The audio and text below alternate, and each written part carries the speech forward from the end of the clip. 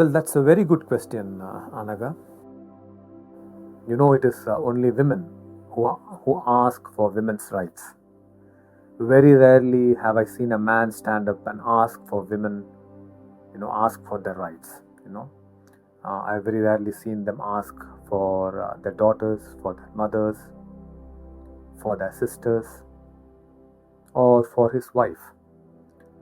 It is a very rare thing, and I'm sure many men who are out there will agree with me on that.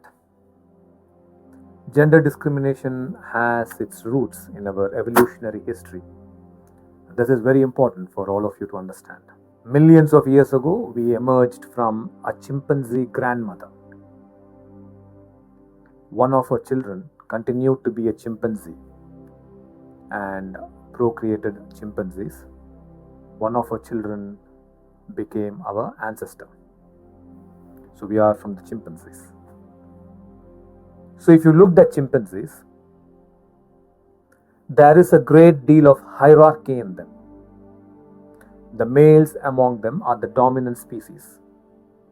I'm sure many of you would have already have this information with you. So I wonder how we would have been, if our ancestor had been a bonobo. Because among the bonobo monkeys, guess who were the leaders?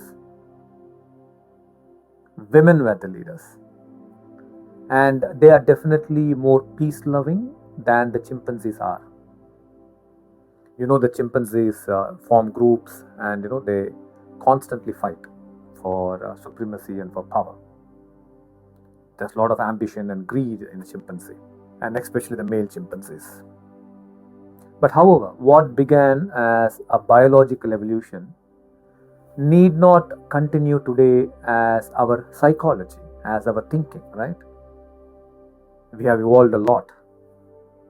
Throughout history, there have been very advanced cultures that have recognized the immense potential of women and accorded them leadership.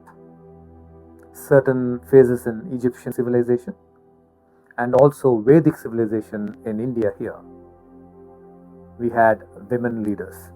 I would like to say that the currents are changing today. In the new emerging world, feminine attributes, whether they be in a man or a woman, will be very essential for leadership. There will be masculine potential in a woman and a feminine potential in a man also. This era and the coming one belongs to feminine attributes. And what are these feminine attributes? They are like cooperation, nurture, making the other as important as oneself, inclusivity, patience, and endurance in times of difficulties, and creating opportunities for collective leadership. These feminine attributes, whether they are in a man or a woman, will be the qualities of the future emerging leaders. How many of you agree? If you agree, say yes. It's not going to be brute aggression, selfishness, self-centeredness, desire to dominate and manipulate constantly.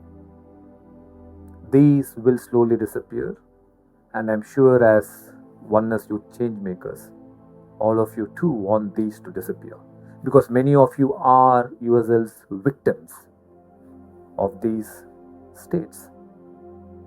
So the currents are changing, and it needs to change by you bringing about a change.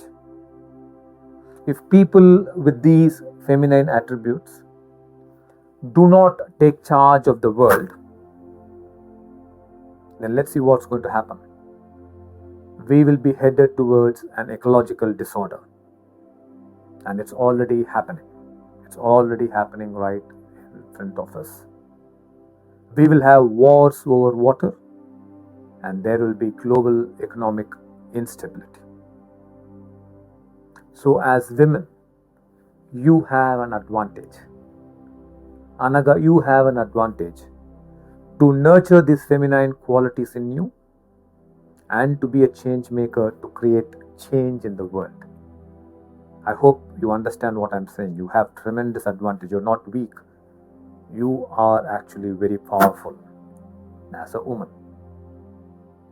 What aspect of this feminine do you think you have in you? I am asking this question to every young man and woman in the group. Take a minute and write the answer for me.